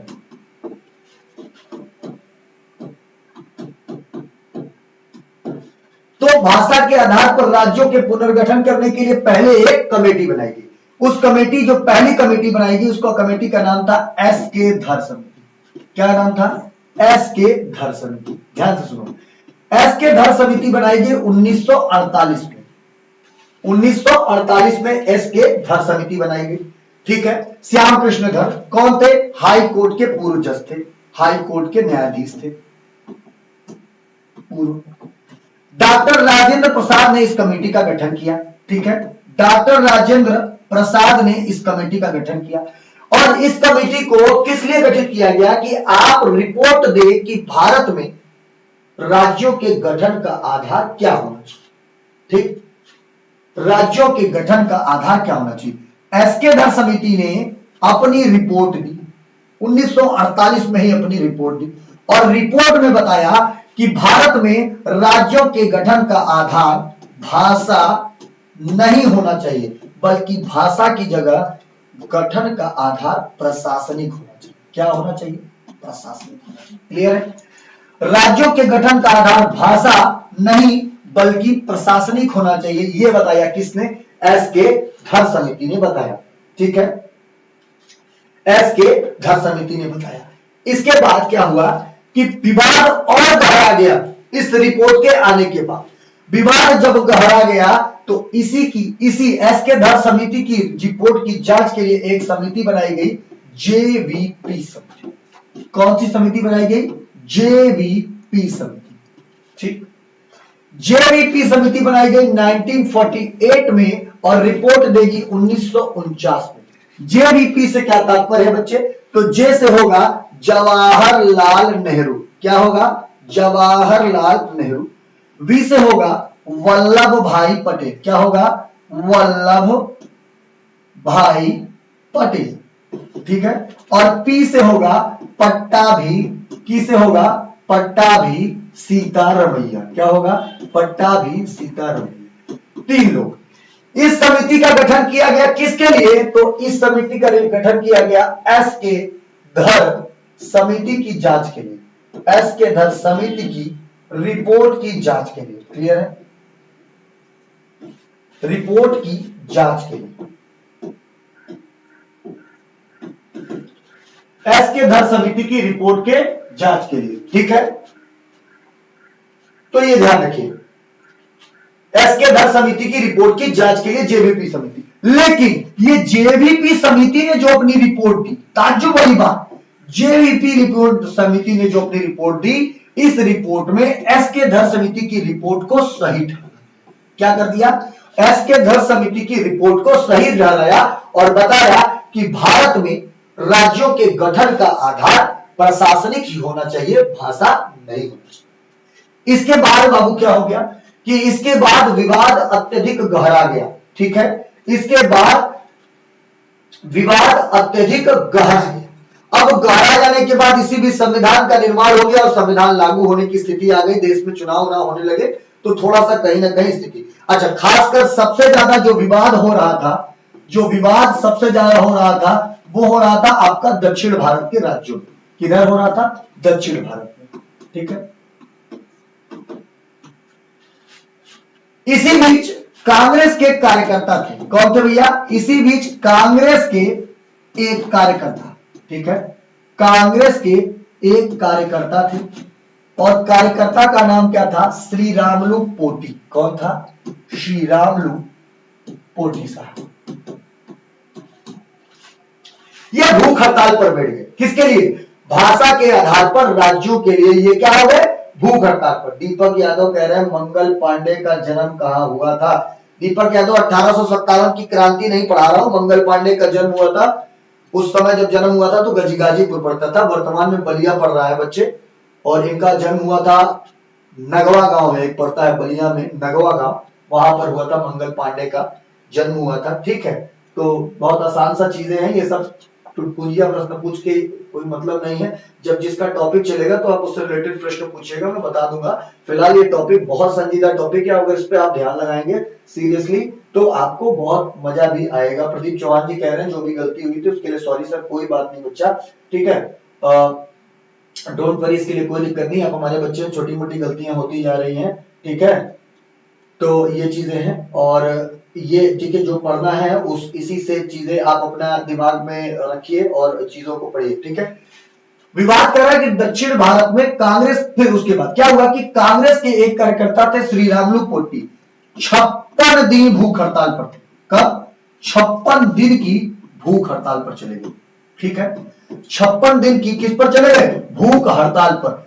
और भूख हड़ताल पर जाने के बाद 15 दिसंबर 1952 को इसकी मृत्यु हो गई। क्या हो गई? 15 दिसंबर 1952 को श्री रामुलु पोटी की क्या हो गई, मृत्यु हो गई। अब मृत्यु होने के बाद भयंकर विवाद होने लगा। विवाद जो है वो भयंकर हो गया, उग्र रूप धारण कर लिया। इसी बीच विवाद को बढ़ते देखते हुए आनंद फानन में किसने भैया, जवाहरलाल नेहरू ने, किसने, जवाहरलाल नेहरू ने घोषणा की। क्या किया भैया? घोषणा किया। कहा कि भारत में, क्या कहा कि भारत में भाषा के आधार पर, किसके आधार पर, भारत में भाषा के आधार पर पहला राज्य, भाषा के आधार पर पहला राज्य जो गठित किया जाएगा वो बनाया जाएगा आंध्र प्रदेश। कौन सा राज्य बनाया जाएगा?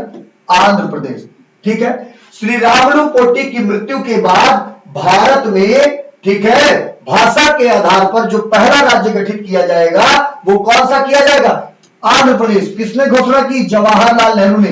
और 1 अक्टूबर 1953 को, 1 अक्टूबर 1953 को भाषा के आधार पर बनने वाला जो पहला राज्य बना वो कौन सा राज्य बना बच्चा? तो वो बना आंध्र प्रदेश। कैसा राज्य बना? तेलुगु भाषी। कैसा राज्य बना? तेलुगु भाषी राज्य बना। क्लियर है? तेलुगु भाषी राज्य बना भाषा के आधार पर। बहुत इंपॉर्टेंट, 1 नंबर का क्वेश्चन है बाबू, परीक्षा की दृष्टि से 1 नंबर का क्वेश्चन है। तो इनकी घोषणा की, तो एक क्वेश्चन कैसे पूछता है कि भारत में भाषा के आधार पर बनने वाला पहला राज्य कौन सा बना? तो आंध्र प्रदेश बना। तो 1 अक्टूबर 1953 को आंध्र प्रदेश का निर्माण किया गया और भारत में भाषा के आधार पर बनने वाला ये पहला राज्य था। और ये कौन से भाषी राज्य था? तेलुगु भाषी। अब एक राज्य का तो गठन हो गया, बाकी राज्यों का गठन कैसे किया जाएगा? एक राज्य का तो गठन हो गया, बाकी राज्यों का गठन कैसे किया जाएगा? तो इसके लिए सरकार ने फिर एक कमेटी बनाई। क्या बनाई? आओ आगे देखते हैं। आज आके पढ़ाऊंगा, अंत तक पढ़ाऊंगा, जब तक खत्म नहीं करूंगा नहीं जाऊंगा, चाहे कोई रहे और चाहे ना रहे। लेकिन मैं ये बता रहा हूं कि जिसको पढ़ना होगा वो रहेगा और जिसको पढ़ना नहीं होगा वो भाग पर आ जाएगा। हमरा को कोई प्रॉब्लम नहीं है। आपसे प्यार करता हूं और आपको यहां रहना पड़ेगा, आपको कसम भी दे रहा हूं, ये बात जानिए, ठीक ना। मैं एक शेर शायरी और भी बोल देता हूं, तुम लोगों को समझ में आ जाएगा। तो अगर अच्छा लगेगा तो बताना, नहीं अच्छा लगेगा तो मत बताना, लेकिन बोलूंगा जरूर। क्या कह रहा है? कौन कह रहा है? आत्मा जो होती है ना शरीर की, आत्मा जो होती है वो हमेशा जानती है कि सही क्या है। आत्मा हमेशा जानती है कि सही क्या है। चुनौती तो मन को समझाने में होती है, ठीक है। आत्मा हमेशा जानती है कि सही क्या है। जैसे आप कोई भी काम करने जाओ तो आपकी आत्मा जानती है कि वो गलत है कि सही है। लेकिन चुनौती जो होती है वो मन को समझाने में होती है। कहने का तात्पर्य है कि आपको ये समझना पड़ेगा कि सही और गलत क्या है। सही आपका सिलेक्शन है और ये आपकी आत्मा जानती है कि आपका सिलेक्शन है। बस अपने मन को प्रिपेयर कर लीजिए, अपने मन को समझा लीजिए, सारी बातें क्लियर हो जाएंगी। ठीक, अब टॉपिक पर आते हैं। टॉपिक पर आते हैं। जब तक आप हैं तब तक हम हैं। बहुत बहुत धन्यवाद रोहित गुप्ता जी। मनोज यादव लव यू मेरा भाई। रोहित गुप्ता रहेंगे सर, बहुत बहुत धन्यवाद। ठीक है, जब तक आप हैं, बिल्कुल यही प्यार आपका जो है वो हमको बहुत मोटिवेशन देता है। ठीक है ना, आपके इसी प्यार का मैं आकांक्षी हूं। ठीक, प्रतीक्षा करते लव यू रोहित गुप्ता इरशाद। अच्छा चलिए ठीक है। तो अब देखिए, पहला राज्य बन गया भाषा के आधार पर, और वो पहला राज्य बना क्या? आंध्र प्रदेश बन गया। अब सरकार को सभी राज्यों का गठन करना था, तो इसके लिए सरकार ने एक कमेटी और बनाई। उस कमेटी का नाम था फजल अली आयोग। क्या बनाया गया? इसका स्क्रीनशॉट ले लेना, बहुत अच्छे से लिख रहा हूं। एक कमेटी बनाया गया, कौन सा? फजल अली आयोग बनाया गया। ठीक, फजल अली आयोग का गठन किया गया। किस लिए? भारत में भाषा के आधार पर राज्यों के गठन के लिए। ठीक है, फजल अली आयोग का गठन किया गया 1953 में। कब किया गया? 1953 में। ठीक, फजल अली आयोग का गठन किया गया 1953 में। और फजल अली आयोग अपनी रिपोर्ट कब देगा? तो फजल अली आयोग अपनी रिपोर्ट देगा 1955 में। क्लियर है? 1955। कुल सदस्य कितने? कुल सदस्य, हाउ मैनी मेंबर्स? तो कुल सदस्य थे फजल अली आयोग में 3। कितने सदस्य? 3। तीनों सदस्यों का नाम देखो। पहला तो खुद फजल अली थे। ठीक है, पहला खुद फजल अली थे। दूसरा थे के एम पडिक्कर। कौन थे? के एम पडिक्कर। और तीसरे सदस्य थे हृदयनाथ कुंजरू। कौन थे? हृदयनाथ कुंजरू। ध्यान रखो, फजल अली आयोग, फजल अली को इसका अध्यक्ष बनाया गया और इन्हीं के नाम पर इस आयोग का नाम रखा गया फजल अली आयोग। ठीक है सर, आपसे ही हम हैं सर, जब तक आप रहेंगे तब तक हम भी रहेंगे। लव यू मेरा भाई, आई लव यू, सच में दिल से बता रहा हूं, प्यार करता हूं। ठीक है, ये देखिए, फजल अली आयोग का गठन किया गया कब? 1953 में फजल अली आयोग का गठन किया गया। इसने अपनी रिपोर्ट कब सौंपी? इसने अपनी रिपोर्ट 1955 में सौंपी। फजल अली आयोग में कुल सदस्यों की संख्या कितनी थी? 3 थी। पहला जो सदस्य था वो कौन था? फजल अली स्वयं थे, सुप्रीम कोर्ट के न्यायाधीश थे। दूसरे कौन थे? के एम पडिक्कर साहब थे। और तीसरे किसने थे? हृदयनाथ कुंजरू। इस आयोग का गठन किस लिए किया गया? तो भारत में भाषा के आधार पर राज्यों के गठन के लिए। ठीक है, किसके लिए? भाषा के आधार पर राज्यों के गठन के लिए। ठीक है, राज्यों के गठन के लिए इस आयोग को बनाया गया। ठीक, भारत में भाषा के आधार पर राज्यों के गठन के लिए इसको दिया गया। ठीक है, सुधीर यादव कह रहे हैं ऐसा कुछ नहीं भाई साहब, सर से ऐसे पढ़ाते हैं कि जाने का मन नहीं। धन्यवाद रोहित भाई। ठीक है, क्या कह रहा है कि इस आयोग ने जो क्या कहा, इस आयोग का गठन किया गया भाषा के आधार पर राज्यों के गठन के लिए। तो ये है फजल अली आयोग। आप स्क्रीनशॉट लेना चाहते हैं तो ले लीजिए, 1 सेकंड का मैं टाइम दे देता हूं। ठीक है, भाषा के आधार पर गठन के लिए। अब इस कमेटी ने क्या किया कि रिपोर्ट दिया। ठीक है, इस कमेटी ने रिपोर्ट दिया कि भारत में, रिपोर्ट में क्या कहा? बहुत सारी बातें कही, उतनी रिपोर्ट तो मैं लिख नहीं सकता, सीधे सीधे समझिए कि रिपोर्ट में कहा कि भारत में राज्यों के गठन का आधार, क्या कहा? भारत में राज्यों के गठन का आधार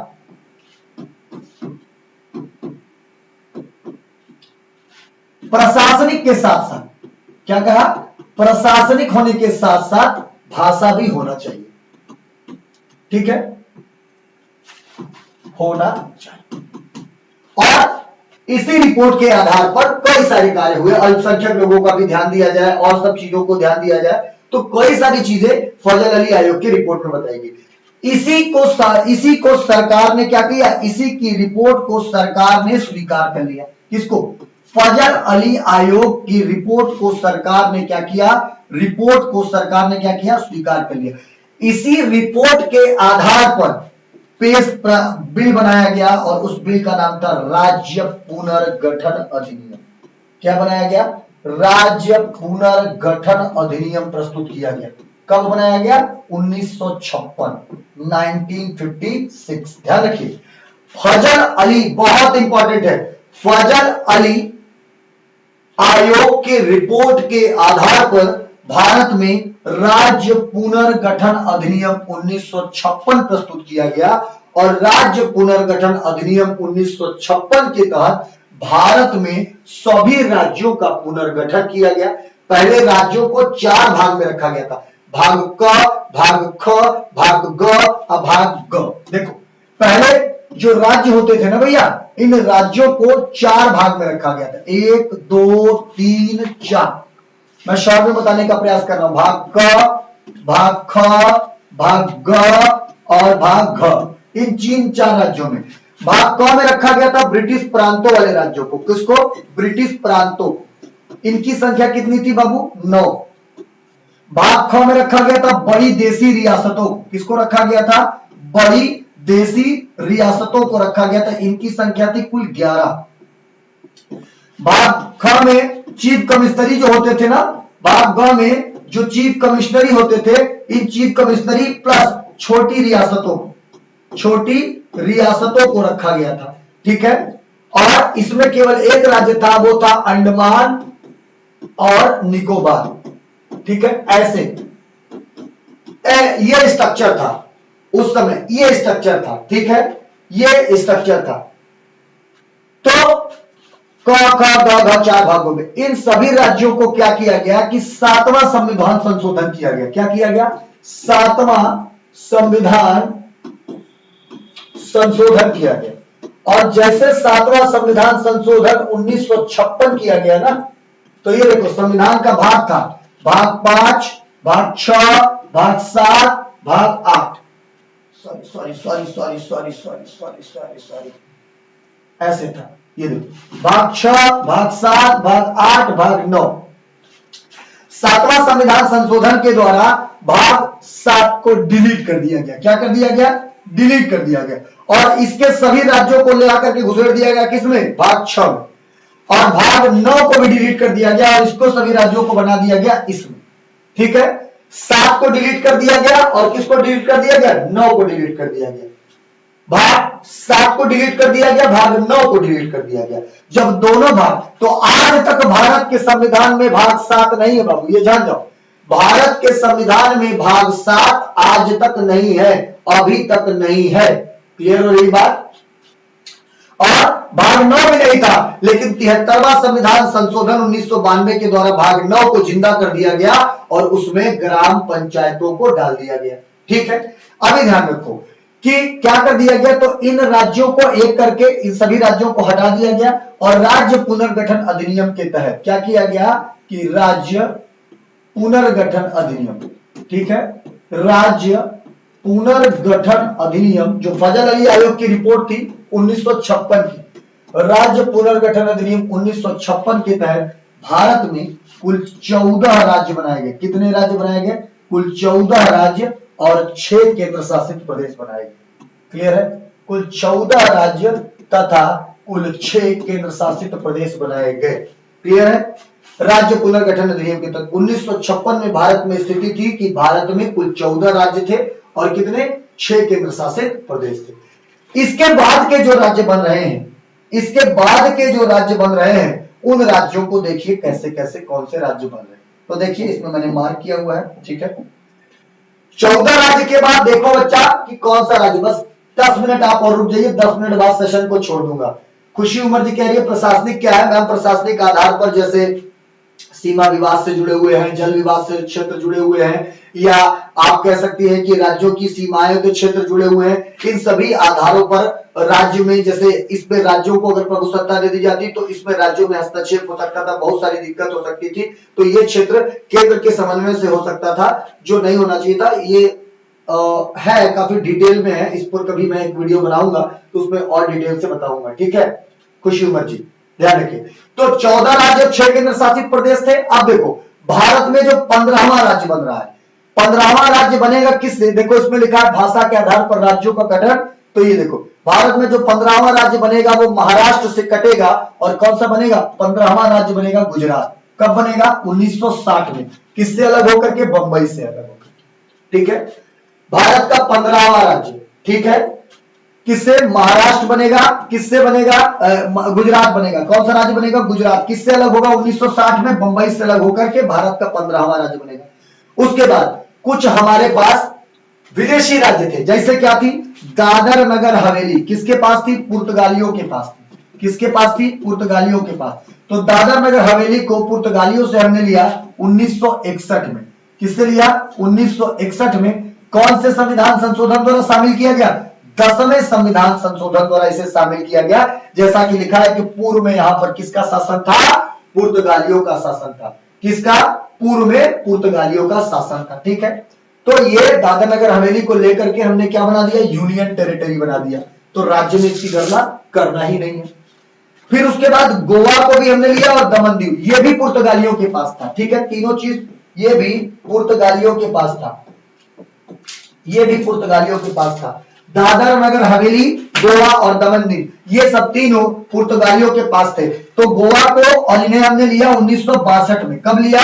1900। बाद में गोवा को 1987 में पूर्ण राज्य का दर्जा देंगे। ठीक है, और भारत का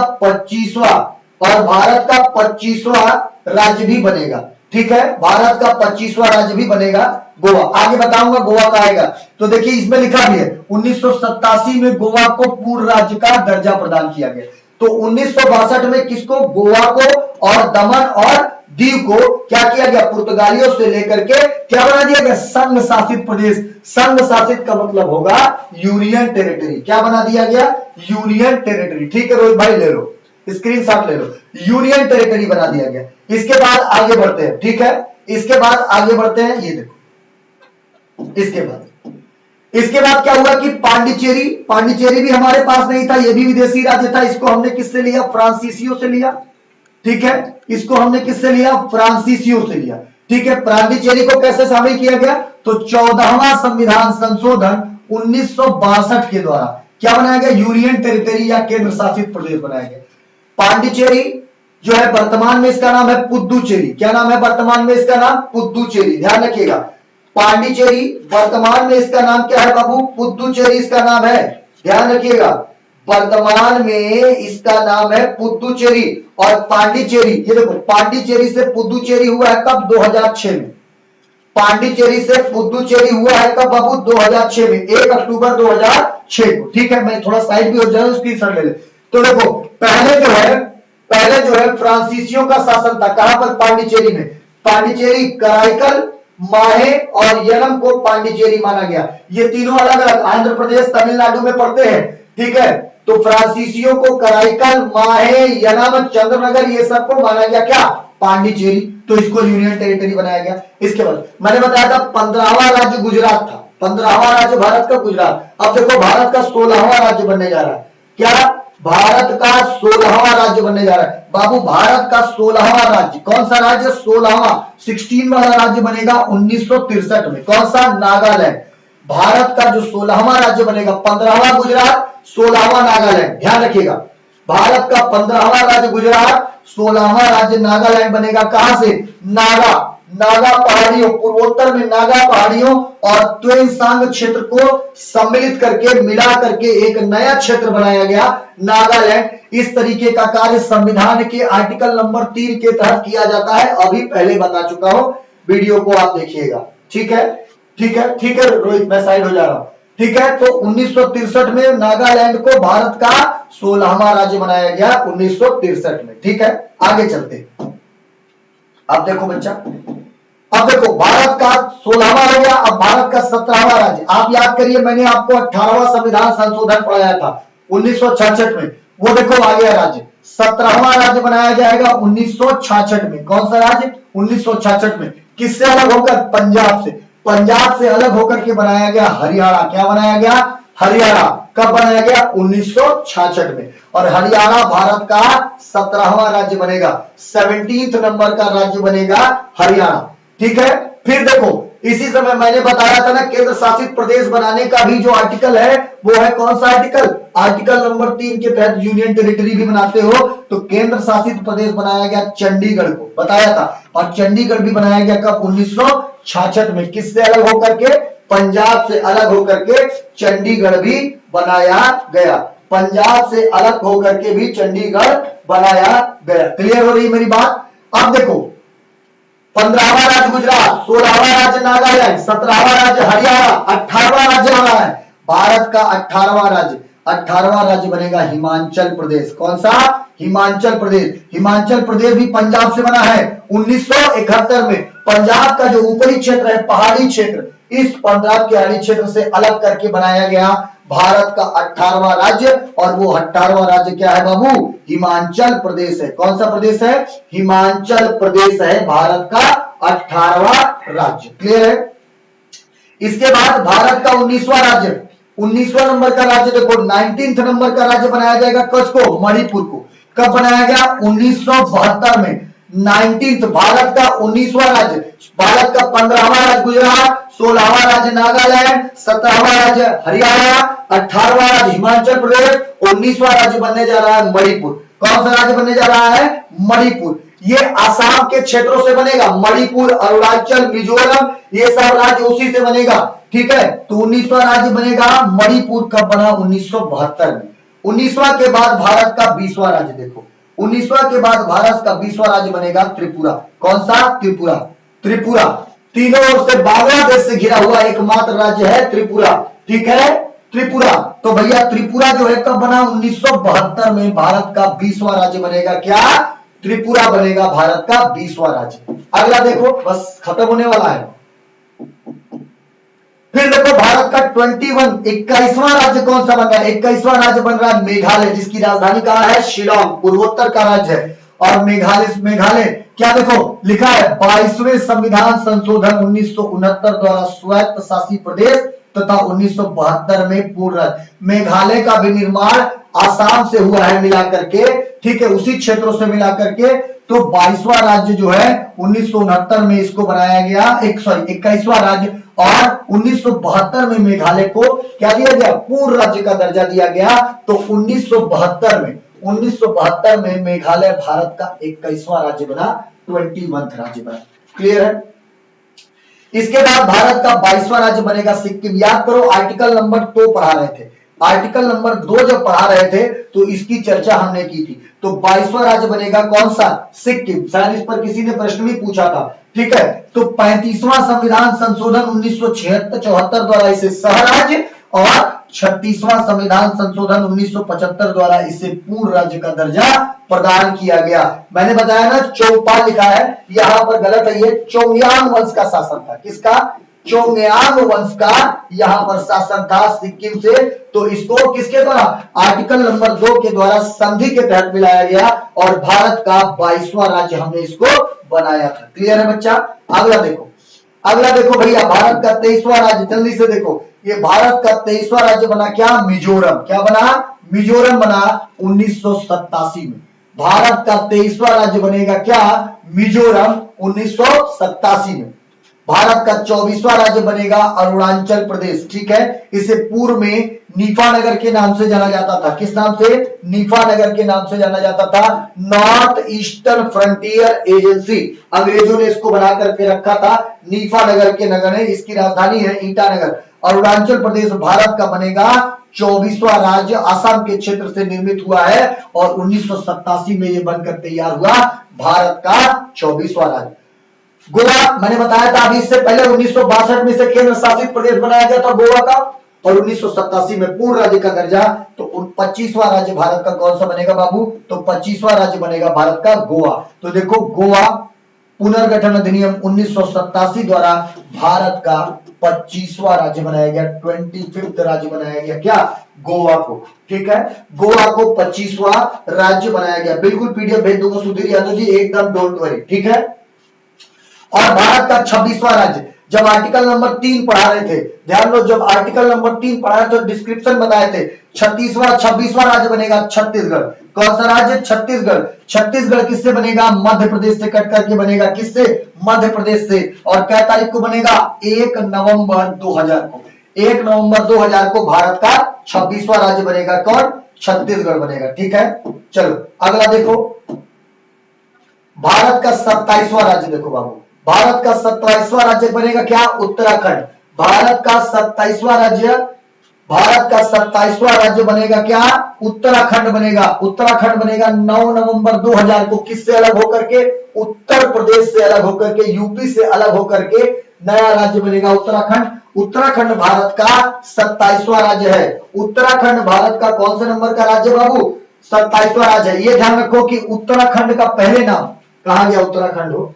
उत्तराखंड का पहला नाम उत्तरांचल था। क्या था? उत्तरांचल।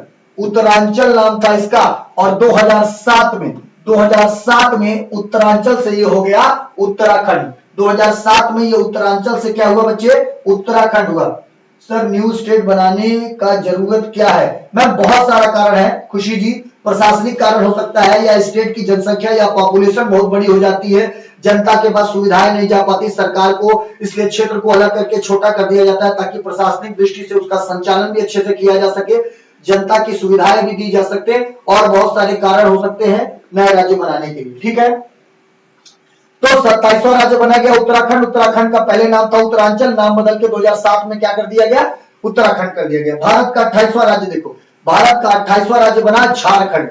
झारखंड किससे बनेगा? बिहार से। किससे? बिहार से। देखो सबके आगे गठन अधिनियम लगा है। और 15 नवंबर 2000 को, 15 नवंबर 2000 को झारखंड बना। किससे अलग होकर के? बिहार से। और ये भारत का 28वां राज्य बना। उसके बाद बाबू 29वां राज्य देखो, लास्ट 29वां राज्य बनेगा तेलंगाना। और तेलंगाना अलग होगा किससे? आंध्र प्रदेश से 2014 में। कब अलग होगा? 2 जून 2014 को आंध्र प्रदेश से कट करके बना क्या? तेलंगाना। तो कितने राज्य हो गए? 29 राज्य। कितने राज्य हो गए? 29 राज्य। अब 29 राज्य के बाद थोड़ा सा एक सिस्टम और देख लो, बस खत्म हो गया प्लीज। 29 राज्य हो गया। Thank you so much great one, thank you ma'am. देखिए 29 राज्य हो गया। 29 राज्य इस अधिनियम के तहत हमारे पास कितने हो गए? 29 राज्य हो गए। लेकिन अभी आप प्रेजेंट की बात करेंगे, एट प्रेजेंट की बात करेंगे तो हमारे पास राज्यों की संख्या कितनी है बाबू? 28 राज्य है। और उस समय 29 राज्य और 9 केंद्र शासित प्रदेश थे। ठीक है, अभी देखो हमारे पास 28 राज्य और 8 यूनियन टेरिटरीज है। तो क्या किया गया कि 2019 में जम्मू कश्मीर को क्या बना दिया गया? यूनियन टेरिटरी बना दिया गया। क्या बना दिया गया? यूनियन टेरिटरी बना दिया गया। और जम्मू कश्मीर को 2 भागों में तोड़ दिया गया। एक भाग बना दिया गया लद्दाख और एक भाग हो गया जम्मू एंड कश्मीर। तो भैया 29 राज्य थे, एक राज्य उसमें यह भी शामिल था जम्मू कश्मीर। तो जब इसको यूनियन टेरिटरी बना देंगे तो एक राज्य जो 29 तक खसक के कितना हो जाएगा? 28। तो इसीलिए हमारे पास वर्तमान में राज्यों की संख्या कितनी है? 28। ठीक है, और 7 पहले केंद्र शासित प्रदेश थे। तो एक बना लद्दाख और दूसरा बना जम्मू कश्मीर। तो 7 और 2 कितने हो जाएंगे? 9। क्लियर है? 7 और 2 कितने हो जाएंगे? 9 हो जाएंगे। और अभी मैंने बताया कि 29 राज्य से 28 कैसे हुए। और देखो 9 से अब 9 केंद्र शासित प्रदेश से, 9 यूनियन टेरिटरी से 8 यूनियन टेरिटरी क्यों हो गए? क्योंकि बाबू 26 जनवरी 2020 को, 26 जनवरी 2020 को किसको? दादर नगर हवेली और दमन दीव को, किसको?